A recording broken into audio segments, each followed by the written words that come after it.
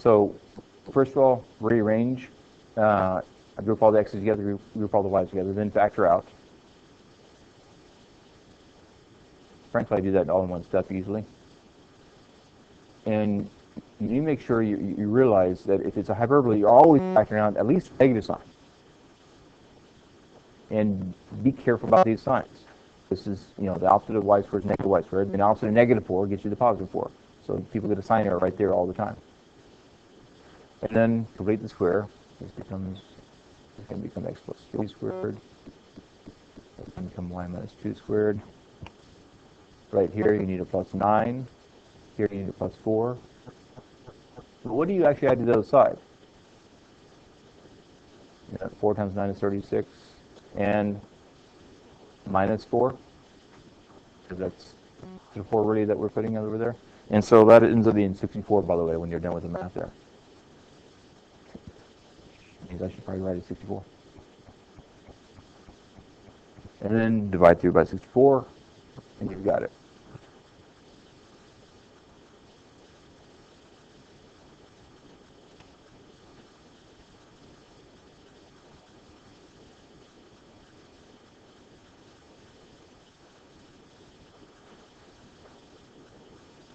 Now, this one we're not actually going to graph, but at least tell me this. That's a squared, so a is 4, but is it vertical or horizontal? Horizontal, because that fraction, the positive fraction, has x in it. So this is a horizontal hyperbola. If we drew it, it'd be opening left and right. B was 8, by the way. But we're going to move on. All right. Listen, I'm going to go ahead and rearrange it and factor out at the same time. Because the y squared is positive, I'm going to put that first. You don't have to. I just like it better that way. So I'm grouping all the y's together, but factoring out the 4 as I go. And then same thing with the x's, but I'm factoring out a negative sign as I go. And then the 9 moves over, becomes positive. So once again, be really careful with your signs here. Is everybody okay on that? And then do complete in the square.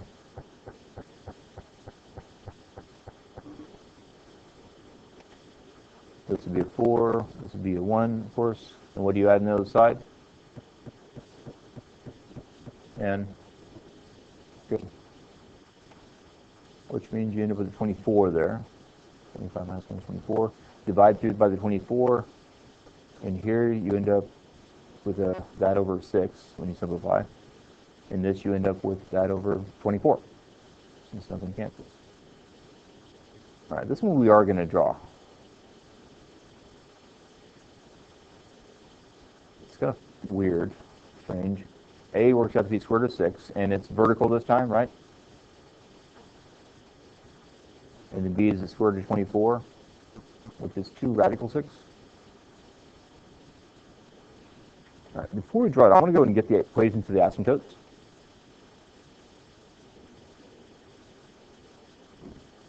First of all, what is the center of this thing? Be careful, it's not 2, negative 1. Negative 1, 2. And so our line is a line that goes through that point. It'll be y minus 2 here. And over here it'll have x plus 1, which you can just copy it from the standard form equation, actually, right? And then the slope kind of is funny. But first of all, the slope's going to be a over b because a is vertical. So it's square root of 6 over 2 radical 6, which actually ends up being just a half.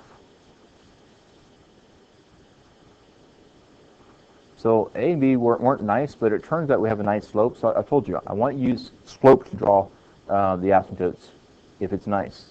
So put the center there and start plotting points.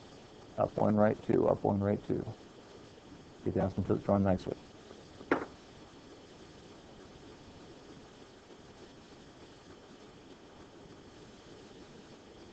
And then the other one.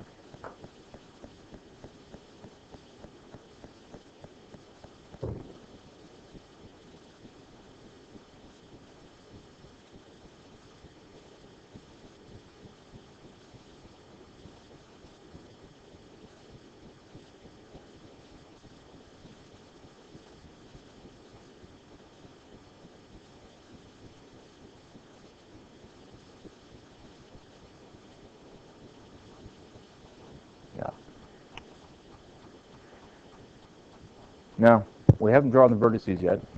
Like I said, it's vertical. A is, what, 2 point something? Sort of 6 is 2 point something. So from the center, go 2 point something above, put a vertex there. 2 point something below, put a vertex there. Go left and right, square root of 24, which is almost 5. 1, 2, 3, 4, almost 5. 1, 2, 3, 4, almost 5. And the funny thing is, I don't know, it's funny, but actually I'm saying is, the other alternative for getting the asymptotes drawn, I said, is to make a box. So once you have the vertices, draw horizontal and vertical lines through those vertices, and so that they line up. And this is totally unnecessary here because we already have the asymptotes. I just want you to see, again, how this would look. So you draw this, you make your box through the vertices and co-vertices.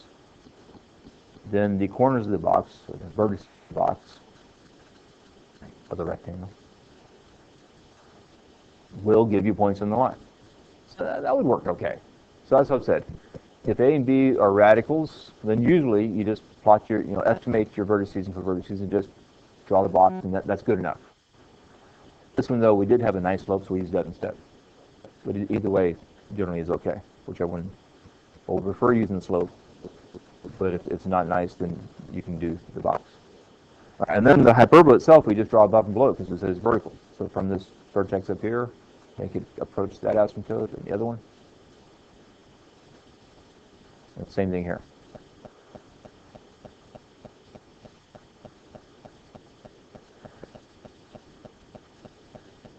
Now, I do want to go ahead and do the foci since it's alone we're doing the whole thing. Once again, the foci are farthest away, so Pythagorean theorem looks like this. And that is a squared and b squared. They added to 30. So c is the square root of 30, which can't be simplified. First on the graph, you're going to go up, what, 5 point something from the center? So 1, 2, 3, 4, 5, a little more. 1, 2, 3, 4, 5, and a little more. Shania, what are the coordinates for those points? The exact coordinates for those points for the foci.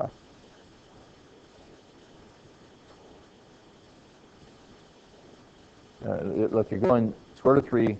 They're not whole numbers, so you're going to have to use the radical here. You're going. We went square root of 30 above and below this point. So it's the y value for the center.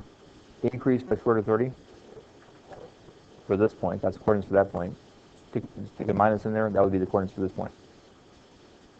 And like I said, that's how we write it exactly. You should be able to see how this works here. In other words, we said square root of 30 is 5 point something, and 2 plus 5 point something would be 7 point something. And if you count out from the origin, 1, 2, 3, 4, 5, 6, 7 point something is that one. 2 minus 5 point something is negative 3 point something. 2 minus 5 is negative 3. So 1, 2, 3, negative 3 point something is the y value for that one. So you should get that this is exact coordinates for the points you plotted when you by estimating. Okay. There, we've drawn one hyperbola. That's enough for today in terms of notes. The next example that's on your notes, you're going to scratch out and write this instead.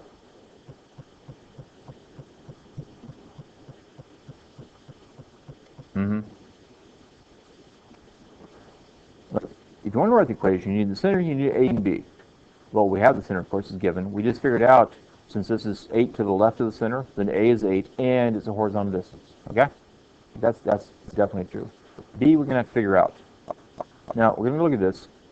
They give us an asymptote. From that, we really just need the slope. You want to just tell me the slope of that line without doing any work? Or writing any work? Forget about the 8 for now. Look, I'll show the work. Move the 3x over, and that's what you should mentally do. Move the 3x over, divide by 4, and so negative 3/4 is the slope of this line.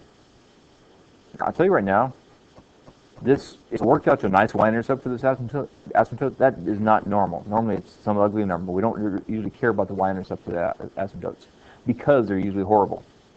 But we don't care anyway because all we really cared about was the slope. Now, frankly, it has two asymptotes, one with a positive, one with a negative, right? I don't care about the negative. What I care about is figuring out A and B. So just I'm just going to not worry about the negative sign. I'm going to write this down. Now, we said A is horizontal. That means B is vertical. So I'm saying, to find the slope, we'd be doing B over A for this. And we know A is 8, so put that here. And so we need to figure out B. Once they have a little proportion, what's the missing number? Okay? Now, let's go and write the equation, and then I want to go backwards and kind of see, because it's kind of weird doing this.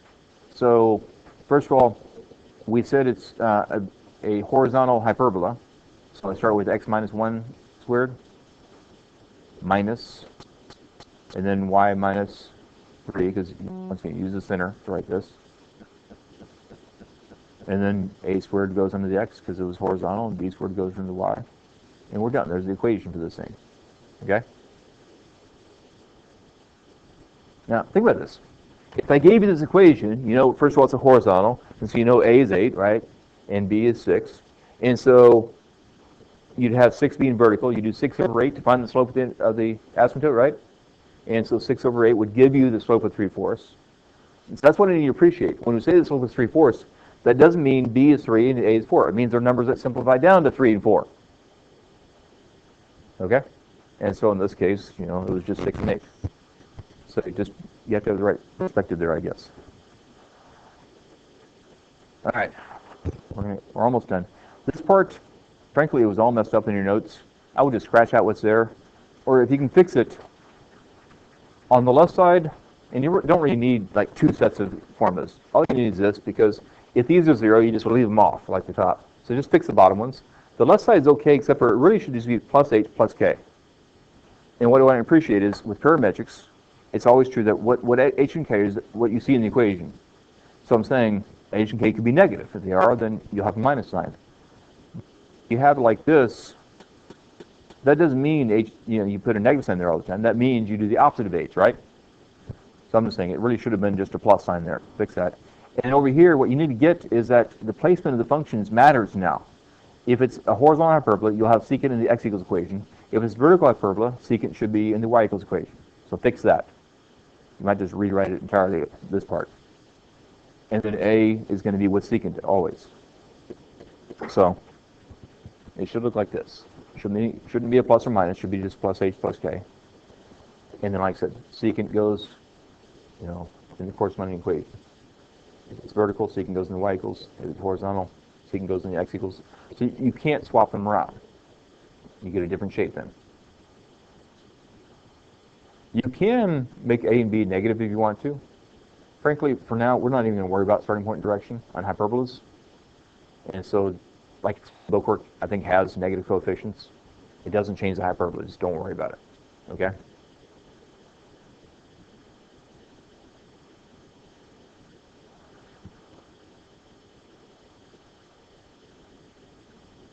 All right. I want you to replace the next example with this one. And yes, I know this is somewhere else in the pack, but it'd be best if you just place it right there. Just scratch out what was there and write that equation instead. Flip. We're going to keep that one and that one as is. The one to the right of the notes, the one to the right of the formulas, is the one you're going to obliterate and write this instead.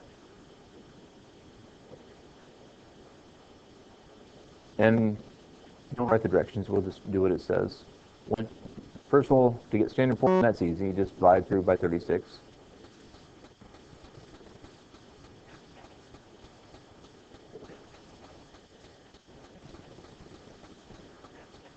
Now, listen, the goal really is to write the parametrics. What I strongly recommend is just being really careful. So here, this is a horizontal. That is a squared. A is 2, and it's horizontal, right? And then b is 3, and it's vertical. So when you go to write these, because it's a horizontal hyperbola, you put secant in the x equals equation. And then tangent goes in the other one. Frankly, the numbers you can't fail on. A was with the x here, so a goes with the x here. And then b was with the y, so b goes with the y here. Okay? In the center was 0, 0, so you don't put plus or minus anything here. You just leave it as is, and we're done.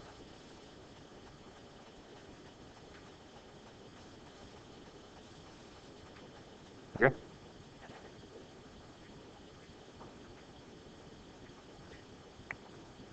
All right, let's try this one. Once again, let's write down reality. Here, you're looking at reality. So the center is 1 comma negative 3. This, you're looking at A and B. Is A 9 or is A 3? A is 9, not because it's bigger, but because it's in front of secant. And of course, this is a horizontal because secant is in the x equals equation. How are you?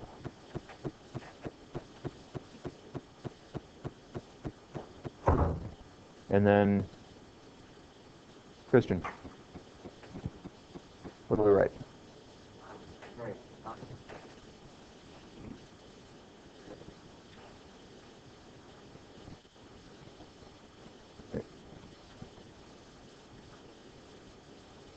And of course, center is not the origin, so we start with that, and then what do we put at the end? What am I doing? Thank you. Need more sleep. Okay, let's try again. Sorry. You were right, though. So, Christian, what do I start with?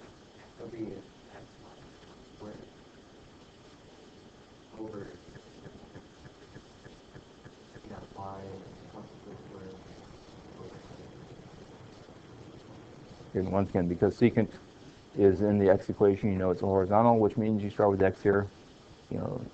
This is horizontal. And once again, if a was with the x here, then a squared is going to be with the x here. All right, try the last example on your own.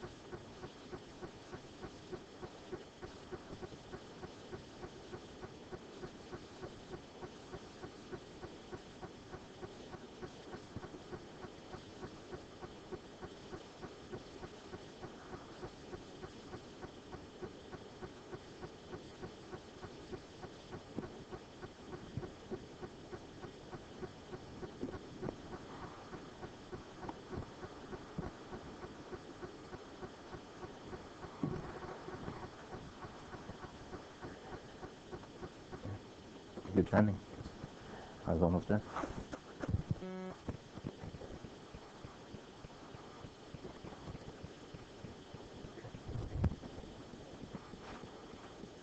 Except for, look, if it's in here, it's an x value. If it's in here, it's y value.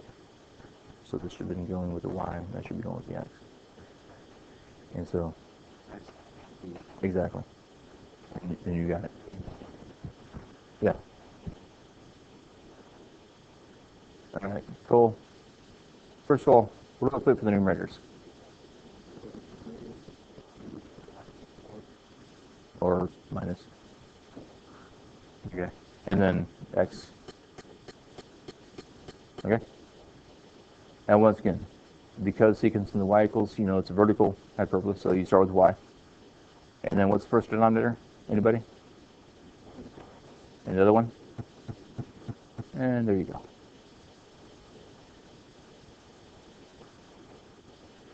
All right, listen. Get back to work on the packet. What we have left tomorrow is do some examples of application problems. But otherwise, we're done with hyperbolas. We've covered hyperbolas. And so, if you're going to be out tomorrow, we're going to have a review sheet available then. So if you're going to be out, I can get you one now. The test isn't until next Wednesday. But there's a little thing called a quiz on Monday. So, over hyperbolas, I gotta look again, frankly. I'm sure at least some of it's on other stuff, but definitely includes hyperbolas.